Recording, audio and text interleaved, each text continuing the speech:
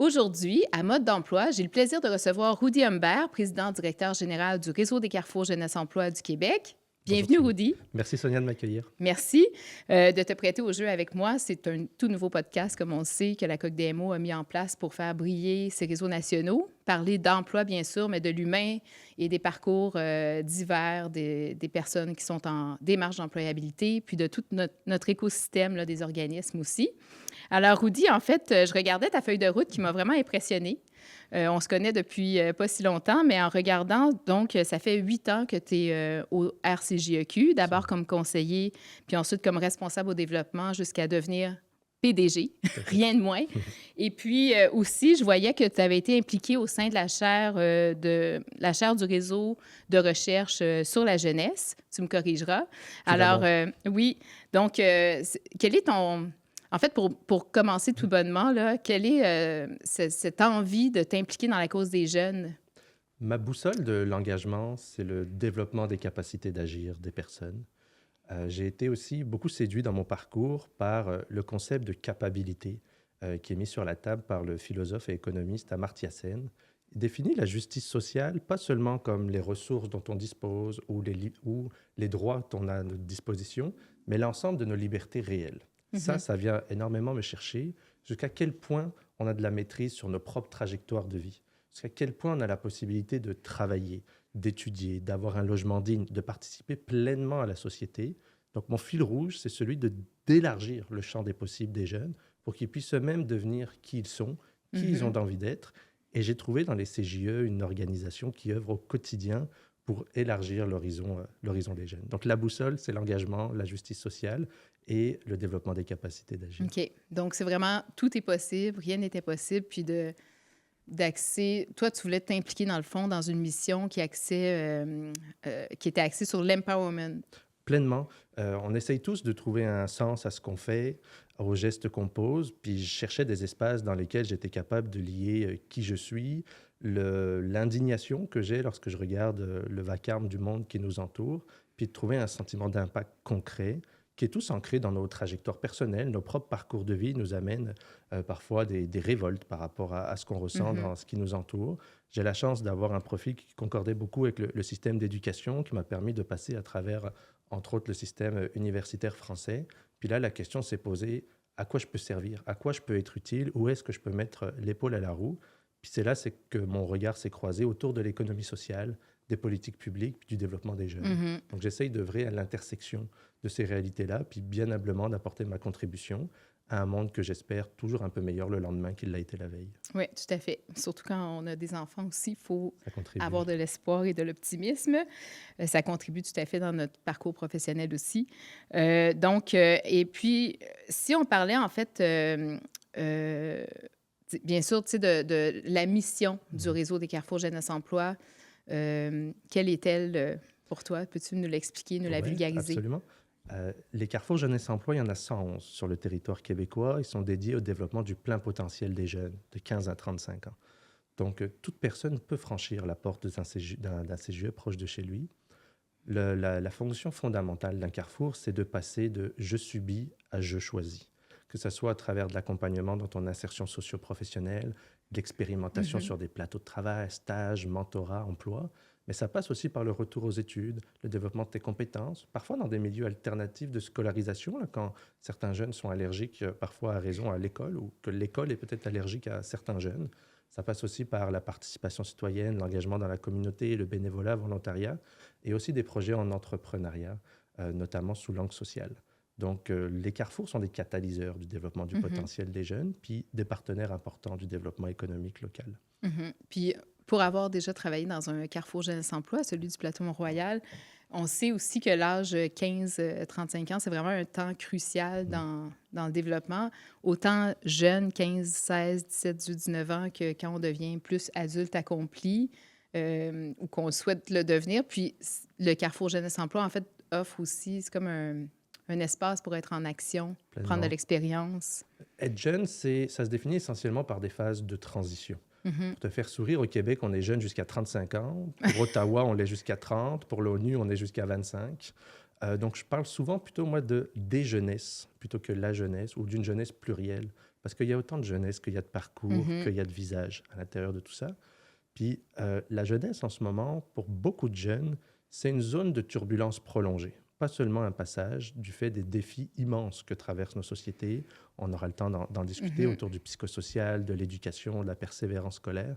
Donc, on a besoin collectivement de se donner des moyens, de leur donner les outils pour qu'ils puissent développer leur propre capacité d'agir. Tout à fait. Et je voyais aussi que récemment, le RCJEQ a réalisé une consultation intitulée Ma voix compte. Il y a plus de 5 500 jeunes qui ont été consultés en 2025 pour mieux comprendre leurs besoins, leurs aspirations, leurs préoccupations. Donc, parle-moi en fait de l'importance de ce projet de Ma voix compte, puis aussi de l'importance d'écouter les jeunes et de leur donner la voix. Tu mets le doigt sur quelque chose d'absolument central, Sonia. L'idée de sortir de la perspective que les jeunes seraient des clients. Il faut en faire des acteurs, voire des créateurs de nos organisations et de la société. Si je prends un pas de recul spécifique au Québec, dans les années 70, les jeunes, c'était les 2 tiers de la société québécoise. On avait le poids démographique pour nous et donc le poids politique qui allait avec. 50 ans plus tard, on représente un quart de la population, puis la moitié d'entre nous ne vont pas voter. Comme on n'a plus ce poids démographique, on n'a plus ce poids politique. Comme on n'a plus ce poids politique, les décideurs s'intéressent peu ou pas aux aspirations des jeunes. Comme leurs propositions ne nous ressemblent pas, on s'intéresse encore moins aux politiques, qui s'intéressent moins aux jeunes, qui s'intéressent moins aux politiques. C'est une spirale. Bref, on est dans un cercle vicieux d'impuissance des jeunes. L'idée derrière ça, c'est de dire comment on peut se redonner du pouvoir d'agir en mettant les jeunes en mouvement. Ça passe tout d'abord par une question fondamentale. Comment tu vas? Quels sont tes besoins? Quelles sont tes aspirations? Et ensuite, quelles sont les pistes de solutions que tu peux mettre sur la table? On apprend au moins 3 choses en allant consulter les jeunes. 1, ça nous donne un diagnostic lucide des enjeux qui sont émergents. 2, ça nous donne aussi des solutions novatrices. Dans une société vieillissante, on a souvent l'habitude de se plonger sur des solutions court terme, la stabilité, la gestion des urgences, alors qu'on a besoin de transformer nos sociétés à long terme. Puis le 3e élément que permettent des consultations jeunesse, lorsqu'elles mettent en mouvement aussi vers l'action, c'est de réconcilier les jeunes avec les institutions et avec les autres générations. Puis le projet, donc, Ma voix compte, qu'est-ce qui est ressorti de ça plus particulièrement? Alerte rouge sur beaucoup Alerte des rouge. dynamiques autour des jeunes. On a plus de 90% d'entre eux qui nous disent avoir de la difficulté à trouver un logement abordable et de qualité. On a 1 jeune sur 2 qui vit de l'insécurité alimentaire en ce moment au Québec, qui saute des repas. On a un nombre prépondérant d'entre eux, les 2 tiers, qui nous disent ne pas avoir de sentiment d'avoir de prise sur notre avenir, ne pas croire au futur. On a un diagnostic assez frappant ici des besoins psychosociaux chez les jeunes. Et là, au moment où on se parle, Sonia, on a aussi lancé une 2e phase au mouvement Ma voix compte. Au-delà d'aller du diagnostic qui est essentiel, on a besoin de faire percoler dans le débat public l'urgence d'agir auprès des jeunes. Il faut aussi mettre des solutions sur la table. Parce que si on tend un micro aux jeunes, surtout les jeunes des carrefours sont probablement ceux qu'on entend le moins dans le débat public, si on n'en fait rien de cette parole-là, ils vont devenir encore plus cyniques par rapport aux institutions. Donc, une fois qu'on a capté leur voix, il faut se mettre en mouvement et être en mode solution. Donc, au moment où on se parle, puis jusqu'à fin mars, sur la plateforme mavoixcompte.org, on invite les jeunes à aller sur la plateforme, à investir 10 minutes. Ça peut paraître peu, mais ça peut peser lourd dans le débat public, parce qu'on va récolter leurs pistes de solutions pour en faire un programme par et pour les jeunes et utiliser la plateforme des élections provinciales de 7 octobre pour faire rayonner leurs pistes de solutions. OK. Donc, c'est fort intéressant. Mais en fait, ce qui ressort de tout ça, c'est vraiment de la considération. Considérer, être présent à leurs besoins, puis leur donner l'espace pour s'exprimer. Leurs Puis besoins, ensuite, qu'il y ait des suites aussi, là, absolument. parce que sinon, ça ne sert à rien. Là. Les jeunes sont extrêmement lucides. Ce qu'ils veulent, c'est à travailler dignement, avoir un logement décent, pouvoir créer des liens, puis avoir accès aux services publics. D'un point de vue central, leurs demandes peuvent être aussi simples, cohérentes et pragmatiques que celles-ci.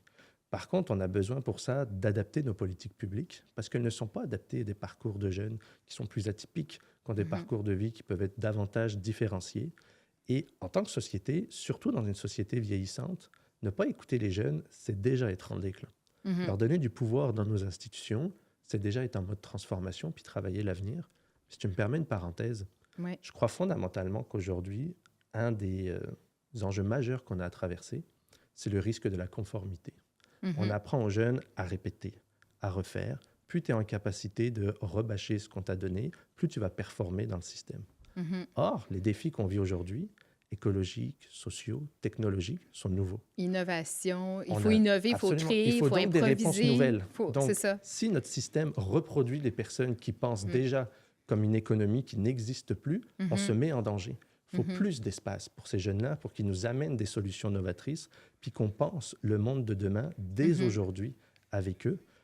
On dit souvent la jeunesse, c'est demain, mais c'est déjà aujourd'hui. Non, c'est C'est ça. déjà Puis des citoyens à quand part entière. je parlais qu'il fallait créer, innover, improviser, justement, ça fait partie des compétences du futur. Puis tout ça, c'est pour développer le coffre à outils là, des jeunes, puis qu'ils ne soient pas complètement comme, comme tu dis, à répéter. Ils doivent réfléchir par eux-mêmes, ils doivent avoir leur esprit critique, ils doivent s'impliquer, mais pour ça, on doit leur faire confiance aussi.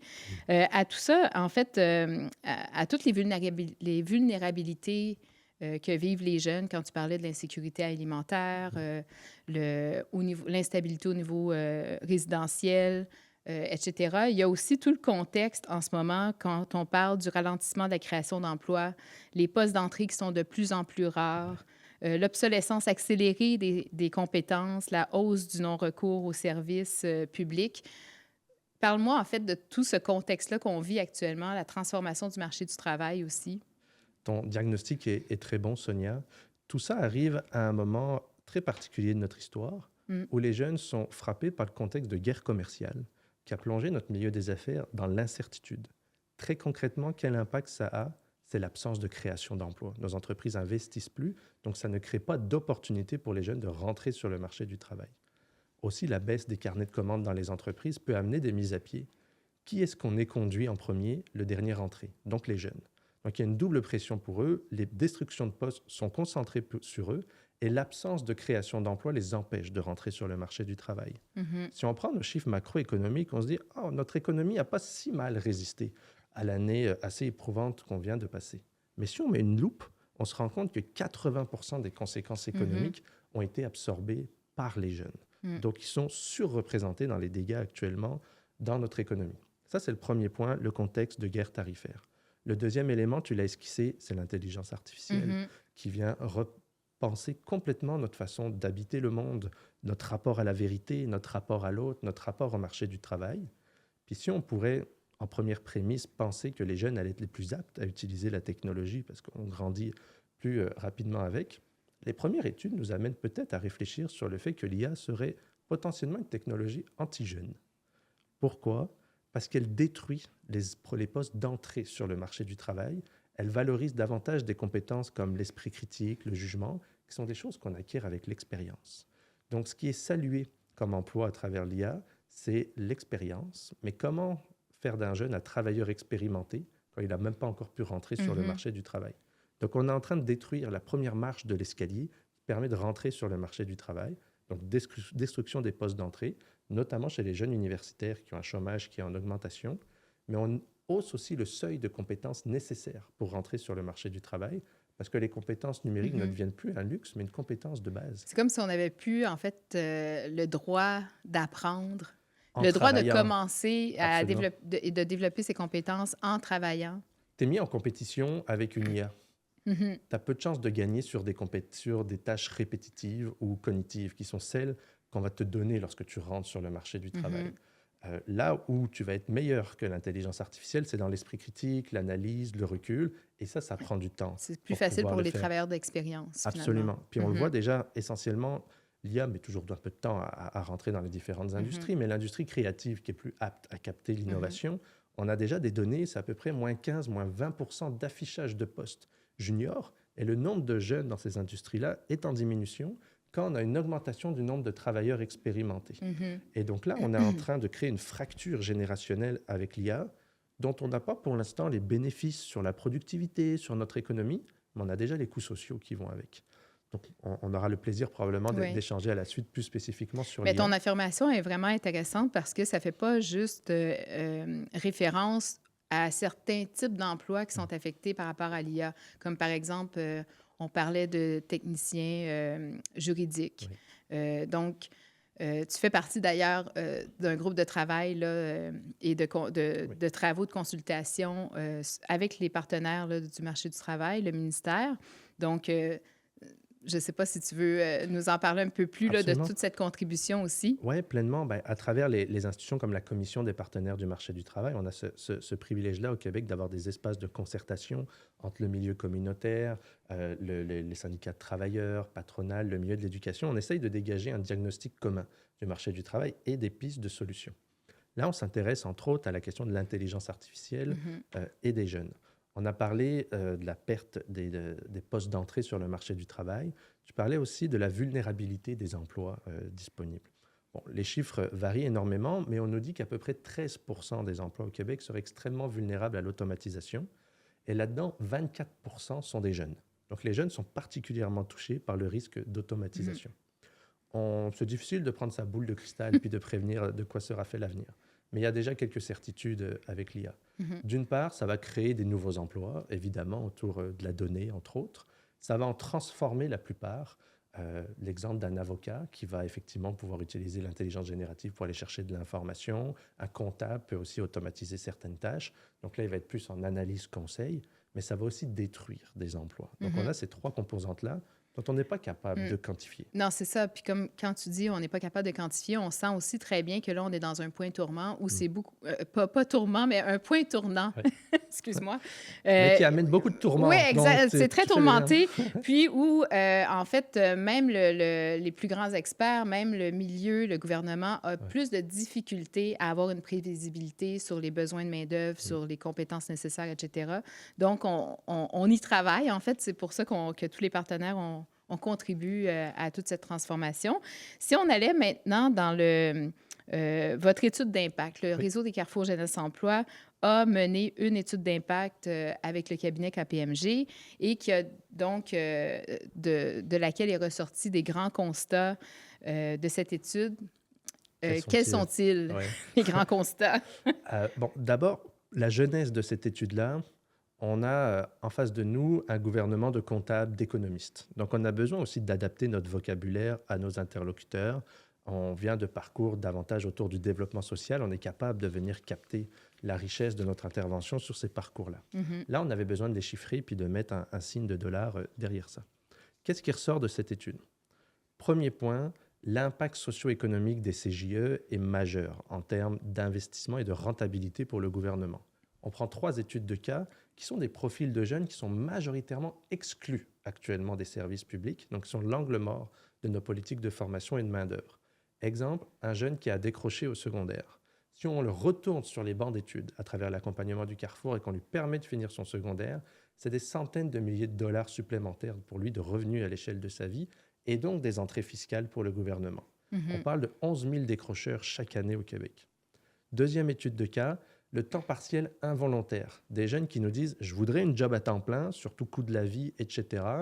Mais là, je trouve juste quelques heures à travailler à droite, à Mhm. gauche. » C'est plus de 15 000 jeunes actuellement qui sont en temps partiel subi. Idem, si on les accompagnait pour passer d'un temps D'un temps partiel partiel. à un temps plein, on comprend très rapidement l'augmentation de revenus pour les jeunes et sur les recettes fiscales de l'État. Puis la troisième étude de cas, c'est des jeunes qui sont prestataires de l'aide sociale. C'est plus de 56 000 jeunes qui 56 sont 000 jeunes. prestataires. C'est une masse extrêmement C'est importante. énorme.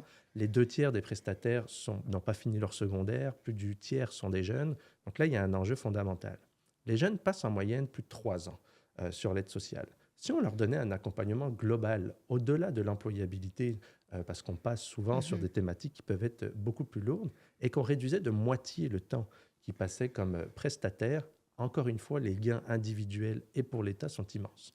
Les 3 cas additionnés, si on accompagnait tous ces jeunes-là vers un retour aux études, un temps plein ou la sortie de l'aide sociale, c'est un potentiel économique théorique de 14 milliards. Regarde, Mhm. Sonia, on vient de trouver pour le gouvernement 2 fois le déficit. Hein, Oui, ça valait le coup exactement. de creuser là. Puis là, on est en pleine consultation budgétaire. Absolument. Ça fait partie de vos recommandations, j'ose imaginer, Tout à fait. d'investir comme celle de la COG-DMO, là, Oui, d'investir dans les services publics d'emploi, dans les organismes communautaires. pleinement.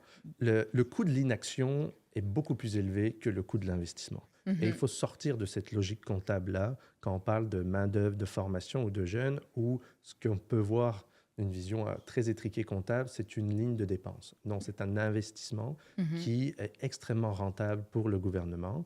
Et actuellement, nos politiques publiques d'emploi sont basés sur une économie qui n'existe plus. Donc, finalement, les CJE peuvent renforcer concrètement le pouvoir d'agir des jeunes et Pleinement, contribuer à l'économie. on est des acteurs, un, de développement individuel pour les jeunes, deux, de développement social et économique pour l'ensemble du Québec. Donc, il faut être capable de jongler là-dedans. Encore faut-il avoir le financement nécessaire pour le faire et un cadre public qui nous le permet. Si tu me permets cette légère assertion, Sonia, euh, sur les 2 dernières années, on a documenté qu'il y a 25 000 jeunes qui n'ont pas pu avoir accès au service public d'emploi dû à des critères d'admissibilité trop étroits. Donc là, on est parfaitement aligné sur la COG-DMO sur l'élargissement des critères pour avoir accès au service public. C'est le jeune qui travaille quelques heures au dépanneur qui vient nous voir et qui dit là, coût de la vie, ça va être compliqué, je voudrais avoir une job à temps plein. Désolé, on ne peut pas t'accompagner, tu as déjà un lien d'emploi. Un jeune qui nous dit, je pense j'en ai marre de faire de la mise à rayon dans le magasin, je voudrais retourner sur les bancs d'école, peut-être même pour aller étudier en santé, en IA ou dans les secteurs d'avenir. Non, désolé, le retour aux études n'est pas reconnu par le ministère. Ou des nouveaux arrivants, des travailleurs étrangers temporaires, des demandeurs d'asile qui ne demandent qu'à contribuer à notre économie. Tous ces profils-là n'ont pas accès. C'est à une nos politiques incohérence, en d'emploi. fait, de leur mettre des barrières à leur parcours, finalement, parce que ça pourrait être beaucoup plus avantageux, autant pour leur potentiel, pour maximiser, aller à la hauteur de leur potentiel que pour la société. En fait, Rudy, rappelons aussi que le RCJEQ fait partie des membres nationaux de la Coalition des organismes communautaires pour le développement de la main-d'œuvre. Donc, que dire pour toi? Quelle est ta vision de la contribution de la COG-DMO, mais du RCJEQ à l'intérieur de la coalition? C'est précieux d'avoir ces espaces-là, d'avoir des coalitions qui vont travailler à la fois sur l'emploi, sur l'éducation, la formation, la défense collective des droits, parce qu'on a nous aussi besoin de sortir de nos propres silos. On fait souvent le reproche à l'administration publique et au gouvernement d'essayer de découper les jeunes. Nous aussi, on a besoin de se dégager du temps et des ressources pour lever la tête, sortir de l'arbre, pour voir la forêt. Puis des espaces comme la coalition nous permettent de tisser des alliances, de créer de la cohérence entre nos revendications, puis d'être plus forts dans nos plaidoyers communs, parce qu'à travers, tu parlais des consultations prébudgétaires, à travers les mémoires que chacun des regroupements prépare, celui de la coalition nous permet de dégager un diagnostic social partagé, puis des pistes de recommandations économiques très concrètes. Donc la contribution du réseau dans cet écosystème-là, c'est de partager notre lecture du marché du travail avec une perspective jeunesse très ancrée, évidemment, et de venir participer à des coalitions plus larges dont on a besoin de faire nombre pour pouvoir faire basculer nos recommandations. Et au-delà des recommandations qui s'adressent directement aux décideurs, c'est aussi d'en faire un enjeu de société. Nos décideurs s'intéressent à nos recommandations quand ça devient une priorité pour les citoyennes et les citoyens. Et c'est ça la force d'une coalition, d'un regroupement, c'est de travailler à mutualiser les ressources, puis de participer à un narratif commun dans lequel il y a urgence d'agir et il y a déjà des pistes de solutions sur la table. Bien, un grand merci, en fait, Rudy, de faire partie de cette belle aventure de la coalition avec votre expertise jeunesse, comme tu dis si bien. C'est un plaisir, en fait, de travailler avec toi.